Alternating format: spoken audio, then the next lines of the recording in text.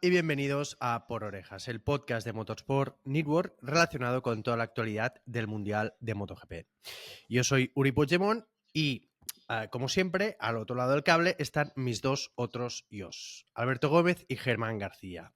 Antes de presentarles y darles la bienvenida, como podréis ver, este año introducimos una novedad. No sé si será de vuestro agrado, pero es lo que hay. A partir de ahora nos vais a ver los caretos, nos vais a ver las caras, porque es lo que se lleva. No hemos podido elegir y bueno, intentaremos asearnos lo mejor posible. Ahora sí, pues sin más presentaciones y sin más dilación, vamos al Tajo, que este fin de semana arrancó el Mundial de MotoGP en Qatar. Alberto y yo estuvimos allí, Germán nos dio la cobertura desde casa, estupendamente como siempre, y hubo muchísimas cosas que ahora intentaremos analizar, desgranar y hablar de ellas. Alberto Gómez, ¿qué tal? ¿Cómo estás? ¿Te has recuperado ya o no? Hola, buenos días. Sí, hoy hemos podido descansar, sí, después del madrugón de ayer para volver a Qatar, pero y un intenso fin de semana donde todo el mundo arranca, todo el mundo tiene nervios y excitación y ansias. Todo el mundo quiere verse las caras, todo el mundo quiere ganar y hacer lo mejor posible, así que bueno, es un fin de semana un poco extenuante, pero contentos de haberlo pasado bien. Germán, cómo llevas el ímpetu? Cómo lo viste desde casa? Y bueno, más que nada anunciar que evidentemente será Alberto quien no podrá ir a Portimao en unos días, pero Germán y yo estaremos allí. ¿Cómo lo viste desde casa? Bueno, pienso que fue un inicio de temporada digno de las expectativas que se habían levantado, ¿no? Se había hablado mucho del debut de Marc Márquez con Gresini, se había hablado mucho de Pedro Acosta en su primera temporada MotoGP, se había hablado mucho de la rivalidad que iban a mantener esta temporada seguramente Pecco Bagnaia y Jorge Martín, y todo se cumplió según el guión previsto y con la intensidad que se esperaba. Por tanto, creo que mejor inicio de temporada no podíamos haber tenido. Puestos a destacar algo, bueno, evidentemente, el primer líder del Mundial es Pecco. Después de la pretemporada que hizo, se podía, no sé si esperar, pero entraba dentro de las hipótesis que podían suceder. De todo, ¿qué es lo que más os ha llamado la atención? Porque evidentemente, como decía Germán ahora, había muchos puntos que, que estaban llamados a llamar la atención, ¿no?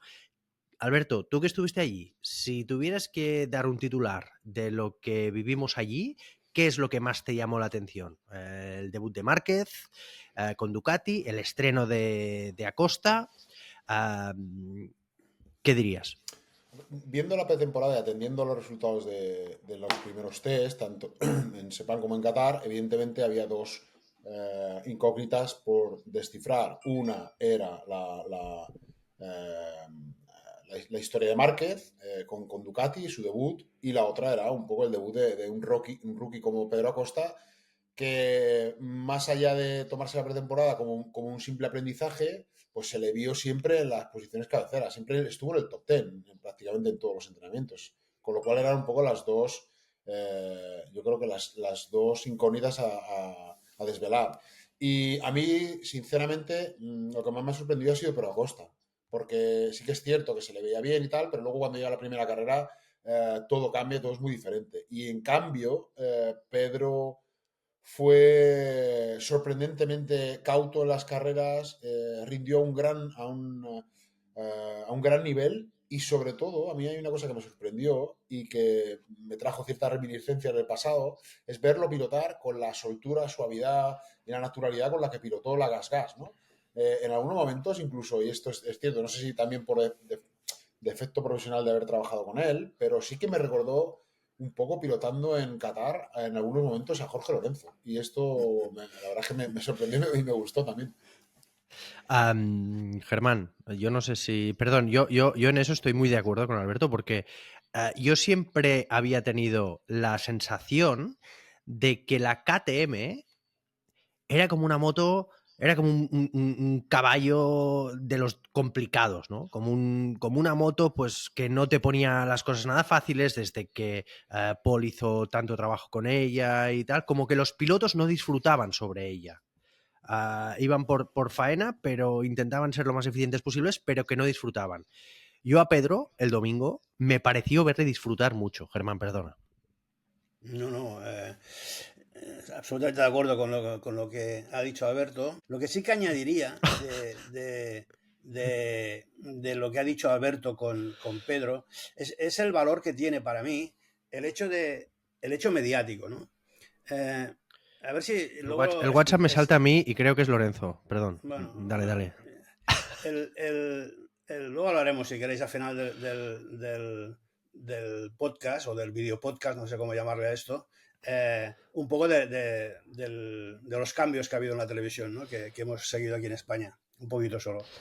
Pues lo que decía es que en los últimos años hemos tenido campeones que para mí siempre he defendido que son grandísimos pilotos y grandísimos campeones, como fue Joan Mir en el 20, Quartararo en el 21 y evidentemente Pecco Bagnaia, que es doble campeón del mundo y posiblemente triple campeón del mundo, con un nivel de pilotaje y con una moto fantástica, pero en cambio yo me estaba como percibiendo que el Mundial de MotoGP no tenía un héroe, no tenía un referente, no tenía mediáticamente un enganche. Y lo que sí que me he dado cuenta este fin de semana, ya no a nivel de España, que aquí es evidente que todo el mundo ha flipado con Pedro Acosta, sino que a nivel internacional también son muchas televisiones, muchos broadcasters que tienen los derechos, muchos periódicos, páginas web, etcétera, se han enganchado un poco, se han subido a esa furgoneta de Pedro, ¿no? Y esto yo creo que es muy importante y va a dar mucho valor a MotoGP, que evidentemente lo necesita, porque si comparamos, que es triste hacerlo porque siempre vamos a la misma comparación, pero es que es la única que hay, en la Fórmula 1 con MotoGP, a mí me parecen carreras súper aburridas las de los coches, en cambio tienen un seguimiento y unas audiencias y un impacto en redes sociales que es brutal, ¿no? Abismalmente superior. Entonces yo creo que venga un héroe, entre comillas, va a darle un poco no sé, va a vestir un poco más el campeonato y yo creo que puede atraer gente, espero.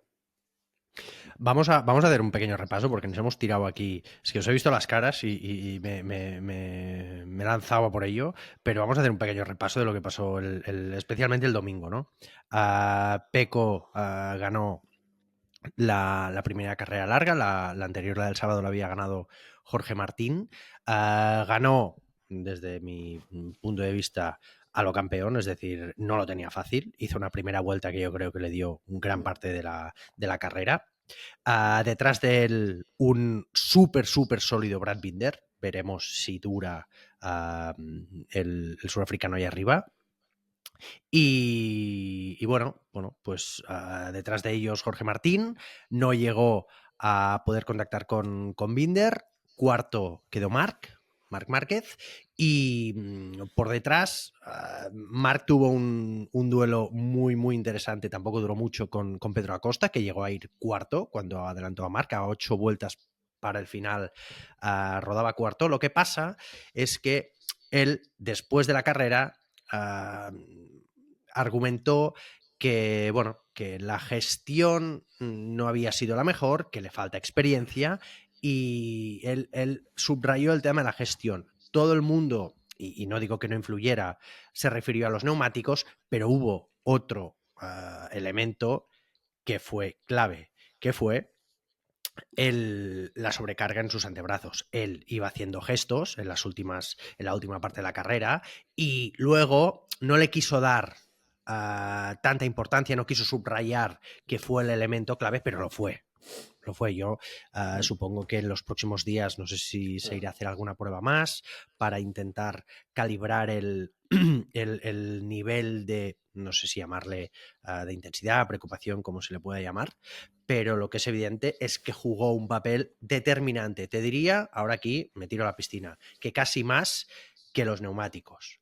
Pero bueno, en cualquier caso, un debut del que todo el mundo habla, prácticamente más, casi o al nivel de la victoria de Pecco, que fue absolutamente incontestable, y de un debut de Marc, que ahora que hemos hablado de Pedro, a mí, sinceramente, y no me escondo ni me da cosa reconocerlo, yo esperaba un pelín más. Esperaba un pelín más. No digo que fuera a arrasar, pero sí que es verdad que lo vi y lo vimos, y en eso creo que Alberto y yo coincidimos, ahora te estoy metiendo en un lío, pero creo que lo vimos sufrir al menos más de lo que yo esperaba.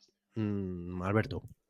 Bueno, primero, analizando el tema de Peco, como comentabas, hizo una primera vuelta extraordinaria y Peco supo que tenía que jugarse mucho en esa primera vuelta para intentar ponerse a la cabeza y no encontrarse con problemas. Es otro de esos pilotos, Bagnaia, que prefiere un poco de terreno libre por delante para poder imponer un poco su ritmo. No es de los... Todos los pilotos la primera vuelta. O sea, Martín sabía que si iba adelante tenía más opciones de ganar. Binder sabía que si iba adelante, pero claro, Bueno, al final hay el único que se le jugó los bigotes fue Márquez, Peco. Márquez nunca ha sido un piloto de querer ir solo delante, tirando, poniendo el ritmo de primera vuelta hasta la última, ¿eh? Siempre necesita un poco la referencia de los rivales. Martín siempre ha sido también muy de referencia de rivales. Aleix. Hay muchos pilotos que les gusta jugar un poco, saber dónde están y luego al final a lo mejor apretar en las últimas vueltas. Yo creo que Bagnaia no es de esos pilotos. De todas formas. Hoy en día, con las alas y las turbulencias, bueno, eso se ha acabado. Sí, hace tiempo, vale, pero creo que es de esos pilotos que no quiere meterse en demasiados fregados. Dicho esto, él sabía que a Martín es mejor dejarlo atrás siempre desde el primer momento, porque Martín es muy rápido, sobre todo en las primeras vueltas, y es un piloto que lo da todo. Y luego, respecto a Pedro Acosta, evidentemente se vieron signos claros y evidentes de que sufría fatiga a los brazos. Yo no voy a decir que tuviera síndrome compartimental, pero sí es cierto que en el pasado, Qatar, que es una de las pistas, hay que recordar, más exigente físicamente para todos los pilotos, y después de venir de 2 semanas antes de un test, con muchas vueltas, yo me imagino que esa fatiga en los antebrazos se hizo notar.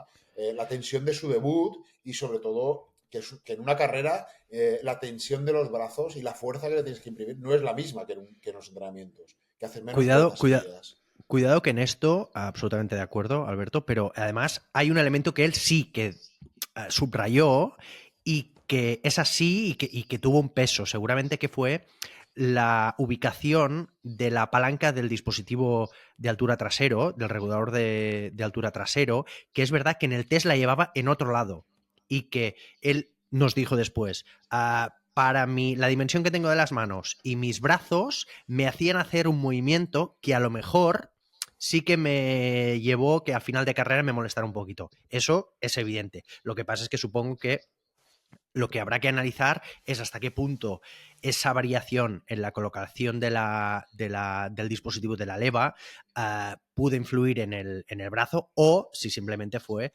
el desgaste y, como tú dices, la presión, porque en el test no sé si hizo 80 vueltas, pero claro, no es lo mismo el estado en el que uno afronta un test que la presión, la tensión de la carrera. Germán, perdona.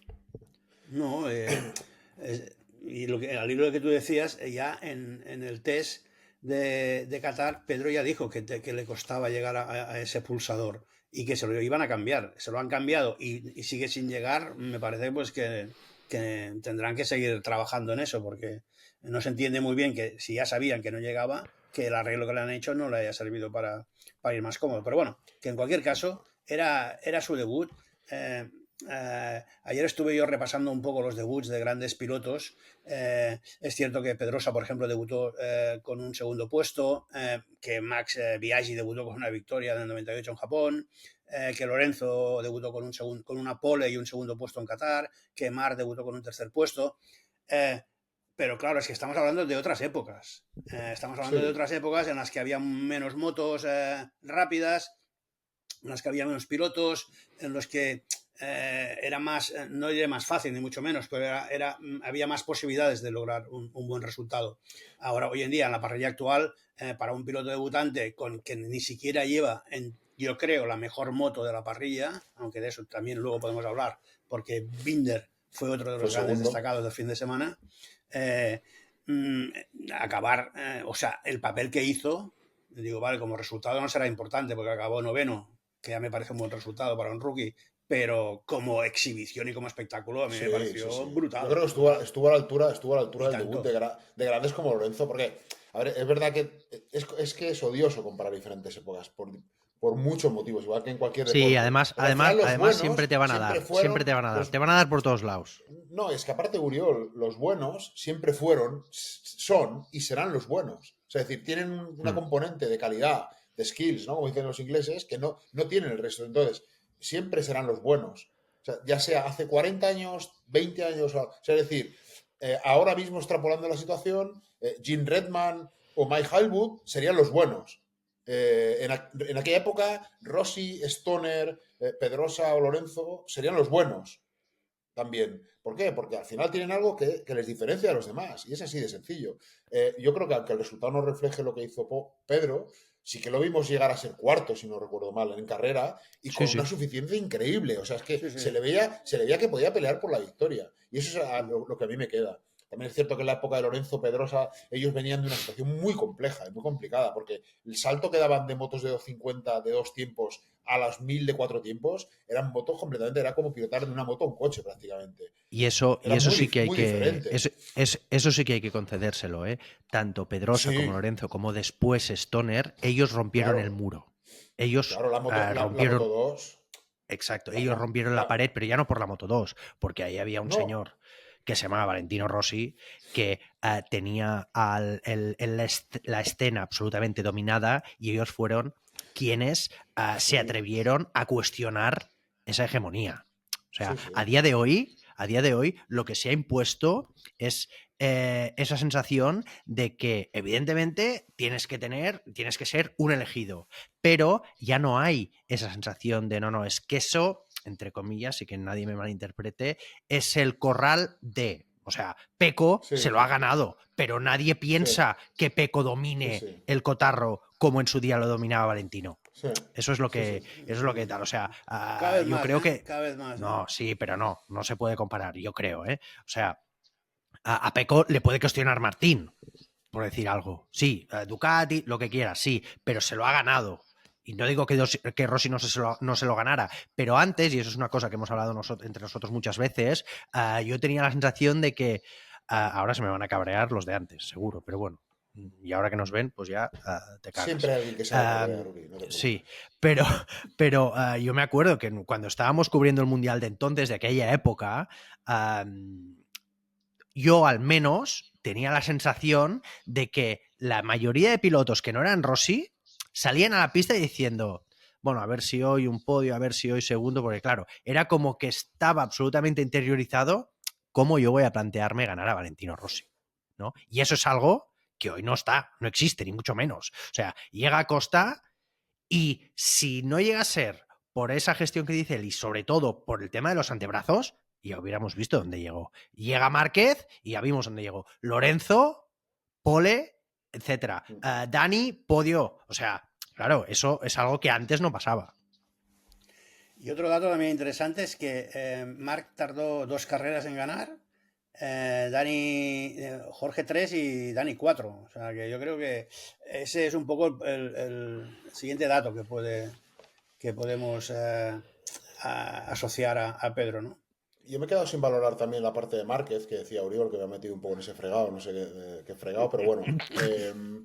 Es verdad que quizá todos esperábamos un pelín más de Marc en este debut, pero también es cierto que hablando con Frankie Carchedi, su crew chief, ellos tenían un poco planificado que era muy importante hacer un fin de semana sólido, sin caídas.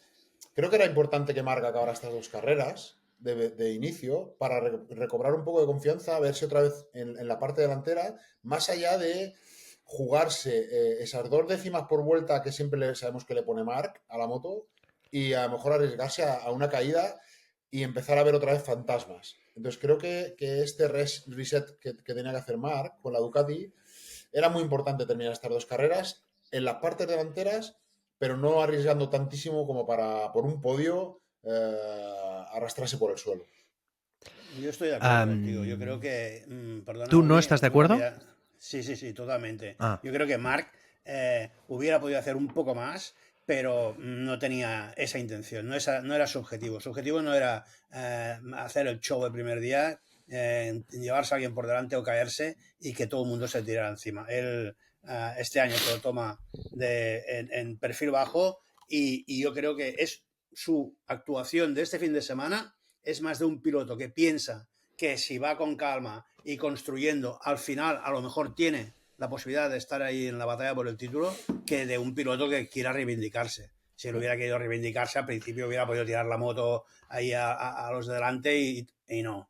Yo creo que él está pensando en otros temas más grandes. Un circuito, Germán, que es de los menos propicios de Márquez. Nunca le ha ido bien, es de los peores circuitos de Márquez, de los que menos le gusta y donde siempre ha flojeado más, ha flaqueado más respecto a otros circuitos. Con lo cual, tenía todos los condicionantes un poco en contra como para no conseguir ese resultado que quizás todo el mundo, él ambicionaba y todo el mundo esperaba.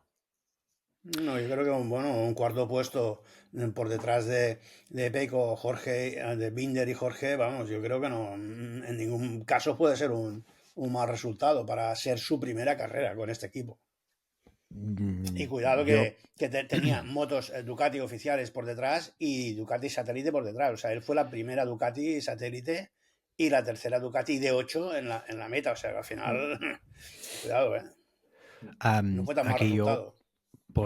No, yo no digo que sea un mal resultado, pero yo personalmente esperaba un pelín más. O sea, esperaba un pelín. Es verdad, esperaba de él, sobre todo, ya no tanto por lo que vimos el último año, que el último año vimos un auténtico calvario por su parte, siendo el mejor piloto de Honda, exceptuando la victoria de Rins, pero en la mayoría de carreras terminó siendo el mejor piloto de Honda.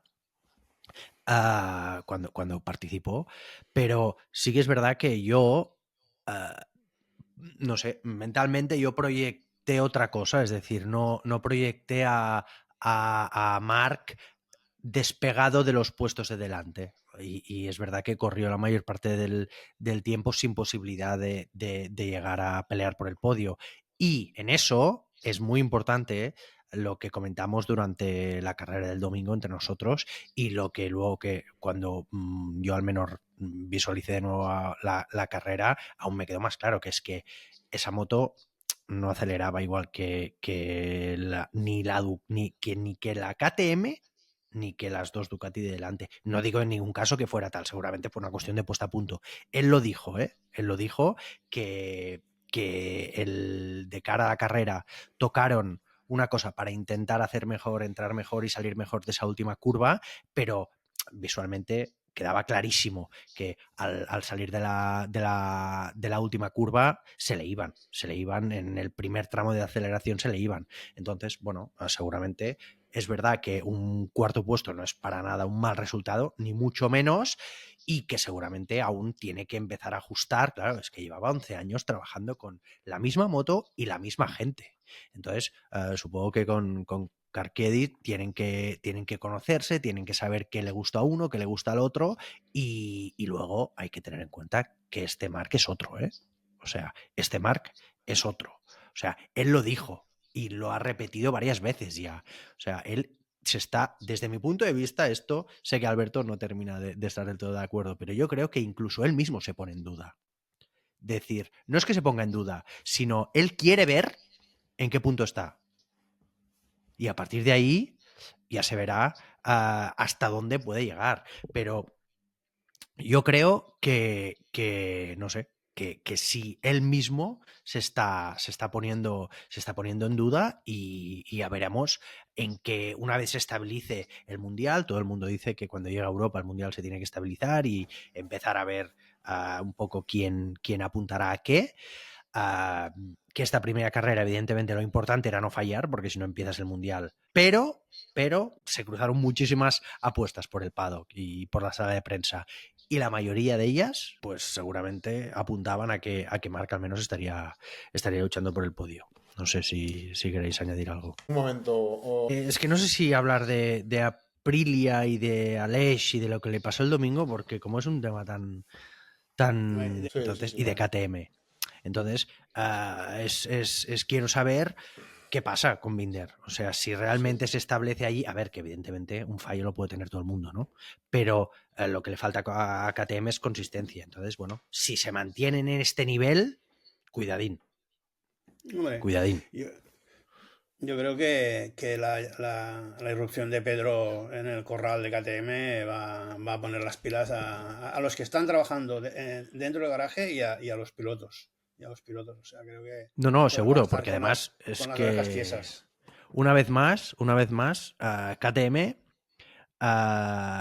KTM, yo tengo la sensación que sin ser Red Bull, a pesar de la gran presencia que tiene Red Bull en la moto, actúa un poco como Red Bull. Es decir, es la cúpula del trueno. O sea, es la filosofía del entran dos, sale uno. Y ellos mismos se han metido en este lío, ya se metieron en ese fregado el año pasado, firmando 3 pilotos para 2 motos y luego tuvieron que hacer aquella chapuza, desde mi punto de vista, que es una auténtica chapuza, de decirle a Paul que, bueno, que si tenía bien ser probador. Y ahora es verdad que Miller el año que viene no tiene contrato, pero es que a Pedro Acosta le tendrán que dar la oficial si quieren retenerle. O Sí, evidentemente. sea, Vamos, absolutamente de acuerdo. Además lo tiene por entonces, contrato, o Y, sea, que y- y no hay ade- y discusión además, ahí. y además va a ser un cambio, un recambio fácil Uri con Miller, porque a Miller yo estoy convencido que KTM no le va a dar la patada, le va a reubicar en Gas Gas, además porque su manager es aquí Ayo y las Lo puede poner implicaciones de que tiene aquí probador. Ayo. Lo puede poner de No, probador. no, pero las implicaciones que tiene más aquí Ayo con KTM, con los equipos de Moto2 y Moto3, yo creo que impiden que aquí a Miller se le pueda dar un trato como el que se le ha dispensado en el pasado a muchos otros pilotos. Creo que Miller lo bajarán de la oficial para meter a Pedro Acosta, y esto es se puede asegurar casi al 99,9%, y que Miller lo reubicarán en el equipo. Porque además un Miller, todo hay que decirlo, es un buen asset para el campeonato. O sea, Miller es un personaje que para el campeonato da muy buena imagen, es australiano y es un tipo que compensa tenerlo siempre por ahí en algún sitio, ¿no? Como en el Sí, pasado ocurría con algún piloto francés o algún piloto británico, pues en este caso Miller es un buen asset. Es como, digamos, a mí me recuerda un poco en Fórmula 1 a Daniel Ricciardo, ¿no? sí, sí. Yo creo que Miller es un poco ese tipo de personaje que todo campeonato, todo deporte necesita. sí, lo que pasa es que, bueno, también me gustaría saber si el grupo este de Peer Mobility Group no considera que GasGas tiene que ser una cantera. Pues claro, meter a Miller en el equipo que teóricamente tiene que foguear a los pilotos, preparar a los pilotos para dar el salto al equipo oficial, pues no sé si me parece un buen negocio. Que no lo sé, a lo mejor no, a lo mejor ya les funciona, como vosotros decís, el tener una cara agradable, el tener a alguien que abra mercado en donde sea y meterlo ahí, pero bueno, eso habrá que verlo. Aprilia y Aleix, el domingo fue un auténtico desastre y yo sinceramente, bueno, yo creo que más de uno, seguramente vosotros también, hubierais apostado el domingo, o sea, el sábado por la tarde después de la sprint, de que el domingo estaría allí, si no era uno de los principales favoritos, pero una goma que no terminó de ir como tendría que ir, pues hizo eso. Y le imposibilitó que tal. Yo he llegado a un momento en el que, y me perdonaréis, pero con el tema de las gomas, si no son ellos los que lo denuncian, no seré yo quien salte a defenderles a ellos. O sea, ellos consideran que no se puede decir si les ha salido una goma que no ha terminado de funcionar. Perfecto, pues Bueno, mira, a mí, Alex Espargaró pues hizo a- lo que pudo.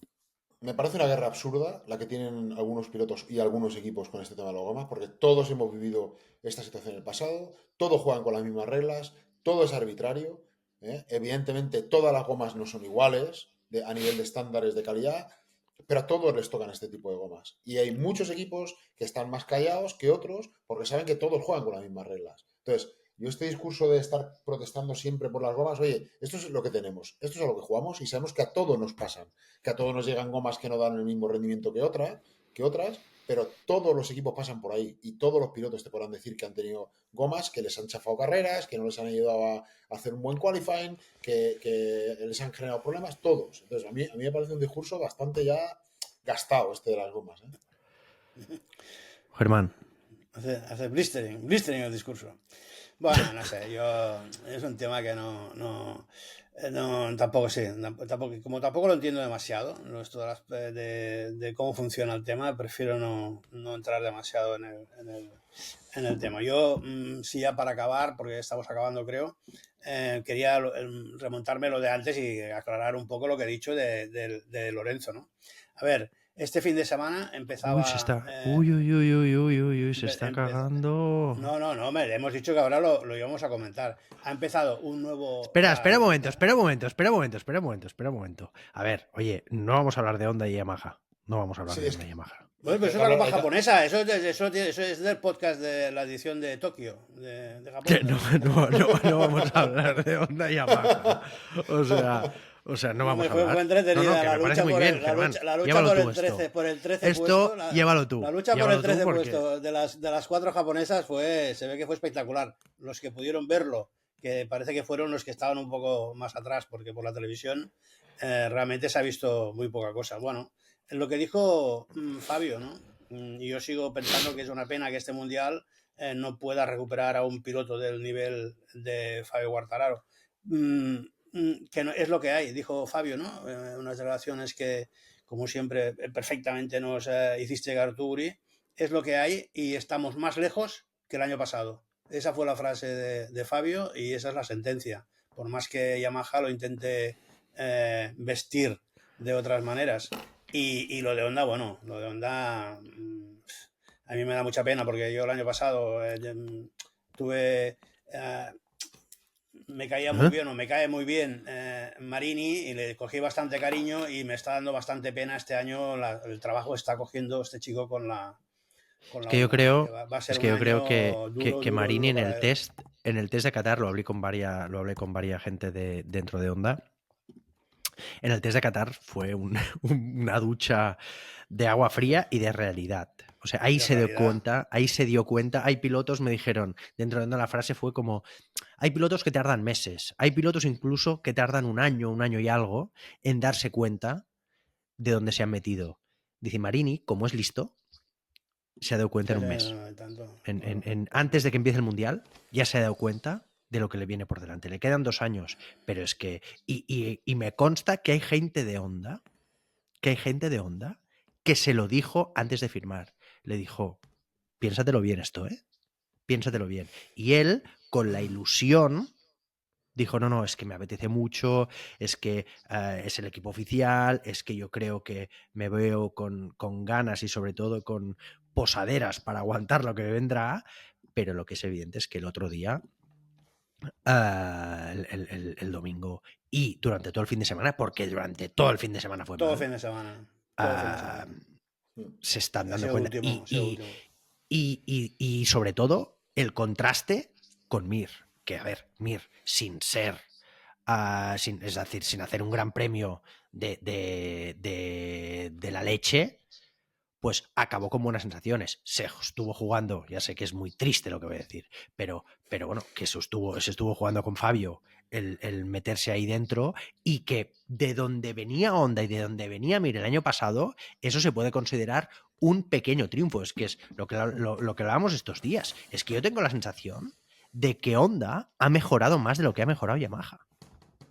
Siendo un Sí, desastre todo, ¿eh? sí. Y además el test team estaba en Qatar, Uri, como tú bien sabes. Han traído muchas piezas nuevas, están trayendo muchas más piezas nuevas, tienen un plan de entrenamientos brutal, por lo visto, con lo cual no es descartable, porque además tiene el músculo Honda perfectamente, más que nadie, de que en un momento dado al clic, a lo mejor no lo sé, desde Jerez, y resulta que ha hecho la moto, definitivamente, porque ha solucionado ese problema que tienen y ha hecho la moto. De Yamaha también me puedo esperar una mejora porque tienen, obviamente, con las concesiones más libertad para entrenar y además han fichado un par de ingenieros italianos de renombre, con lo cual que además tienen manga ancha, por lo que me contaron el otro día, que Sumi en Yamaha ha entendido que estos ingenieros se han fichado por alguna razón y que les ha dejado carta bianca, ¿no? Para poder hacer y Esto es deshacer con el italiano y tomar con el inglés que decisiones. voy de culo. Joder, macho. Eh, y entonces, bueno, es lo que nos pasa en los circuitos, que vas cambiando ahí constantemente de idioma de un lado Sí, a yo otro. también, del catalán al castellano, al castellano al catalán, no sé, voy de culo, tío, también. Efectivamente. Entonces, bueno, que yo creo que mejorarán, pero sí que es cierto que ambas fábricas están todavía en un nivel muy inferior y también es cierto que Yamaha decía que habían mejorado ligeramente respecto al año pasado, si ver los tiempos además por vuelta, pero claro, es que los demás han dado 3 pasos, ellos han dado 1 y los demás han dado 3, sobre todo Ducati y KTM y Aprilia, entonces, claro, ahí está, sigue estando la desventaja. Y al final, no, disculpadme, no. O sea, este fin de semana ha empezado la temporada con el broadcaster que en España es DAZN y con cambios importantes, ¿no? Y yo quería señalar, bueno, primero que me ha gustado bastante, sobre todo el fichaje de Paul Espargaro me parece un acierto brutal, como ya intuía Se y veía estaba venir. convencido desde que me enteré hace bastante tiempo. Eh, y lo está, Ya está marcando y el lo, paquete Marcado ahí. el no, sí, territorio. no, bueno, bastante tiempo que ya él ya lo sabía y que lo iba a hacer y que, bueno, que lo ha hecho brutal. Me ha encantado. Creo que es un fichaje excepcional y que hace subir la calidad de transmisión de forma mm, clara. El resto todo muy bien, como el año pasado, sin grandes diferenciaciones. No sé, creo que Jorge le tendría que dar un poco más de heroicidad eh, a sus intervenciones en televisión, porque lo que es decir que este va muy cerca del otro y tal, esto ya lo puede hacer el narrador o el comentarista. No sé, él tiene que hacer unos comentarios más. Yo creo que puede aportar mucho más porque sabe mucho de motos y lo ha demostrado. Y es lo único que a mí me chirrió un poco de este fin de semana, de Alberto, este debut de Dazón. ¿algo más que añadir? No, a mí me gustó también bastante. Imagino que Pablo Juan Arena es recién llegado, yo lo conozco de mi época de marca. Creo que radiofónicamente es un tío muy bueno. Creo que todavía le falta un poco de recorrido, obviamente, porque ha hecho su primera carrera, que no hay que es que la gente tiene mucha prisa hoy en día para todo. Ha hecho su primera carrera en MotoGP, pero creo que le da un buen ritmo a la carrera. Creo que cuando se congenia un poquito más en no pisarse quizá con Izaskun, con Paul y tal, será un gran trío de comentaristas. Y aparte de esto, a mí me gustaría destacar una noticia que conocimos en Qatar, que puede ser los cimientos para un crecimiento del campeonato, como es que en Estados Unidos TNT de Warner Bros. Dará en abierto las carreras, la televisión por cable, con un potencial audiencia de 90 millones. Esto quiere decir que va en serio, que MotoGP va en serio en Estados Unidos, que aparte de la aparición de Trackhouse, equipo americano que comparte estructura con el equipo de NASCAR y que van a hacer acciones cruzadas también en Estados Unidos, creo que son muy buenas señales de que probablemente los próximos 2-3 años la MotoGP va a crecer mucho en Estados Unidos. Y esto también quiere decir que si crece en Estados Unidos MotoGP, exponencialmente va a crecer un poco más en el mundo. Y bueno, y a ver qué ocurre también con el tema de Uri, que Uri estuvo bastante detrás del tema de la propiedad de Bridgepoint, de Dorna y de si Liberty finalmente hará alguna maniobra estratégica de adquisición de parte de Dorna o no. Bueno, yo pues, simplemente para terminar el tema de DAZN, a mí, sinceramente, Pablo Juan Arena, me gusta como suena. Aparte me parece que le da una sobriedad sobre la que seguramente crecerá y crecerá mucho y evidentemente, o sea, cualquier persona, desde nosotros cuando nos soltaron en el primer paddock hasta ahora, pues hay un proceso de aprendizaje que es incuestionable, pero yo creo que el estándar que impuso ya en el primer Gran Premio fue muy bueno. Me gusta a mí mucho, me gusta mucho cómo suena. Luego, sinceramente, en cuanto a Paul, estoy absolutamente de acuerdo con Germán y creo que el tándem con Izaskun es brutal. O sea, creo que están los dos a un nivel, cada uno en lo suyo. Izaskun yo porque estoy absolutamente rendido a sus pies. Pero es que Paul, lo que aporta él, la frescura, el desparpajo en su primer Gran Premio y toda, digamos, los datos, la información que el valor añadido que aporta Paul me parece espectacular.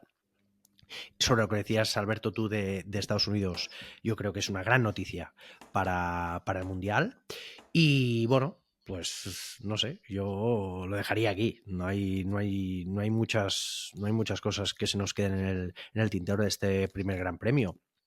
La semana que viene nos vamos Germán y yo a Portimao. Yo tengo muchas ganas de ver cómo irán. Bueno, más o menos los mismos puntos, focos de atención que hemos tenido para este primer Gran Premio, a ver qué pasa en el segundo, porque yo creo que Acosta ahí seguramente irá muy rápido. Con la Gas. También tengo ganas de ver a Márquez. Es un circuito en el que no se ha probado, es un circuito en el que hace bastante tiempo que no ruedan. Y nada, Alberto, nos abandonas tú para este Gran Premio. Sí. Que te lo pases bien ahí donde estés, guapo. Y Y Superbikes, nada. me toca Superbikes. Bueno, pues nada. Que la disfrutes, que también es un. Yo creo que las Superbikes también están pasando por un gran momento. Y nada, esperemos que a los que nos hayan oído y ahora, por desgracia para ellos, también visto, al menos les hayamos entretenido un poco. Germán, Alberto, muchísimas gracias. Cuidaros mucho. Nos vemos en nada y nos escuchamos pues en media horita seguramente. Estará sonando ya el teléfono. Hala, un abrazo muy fuerte. Adiós.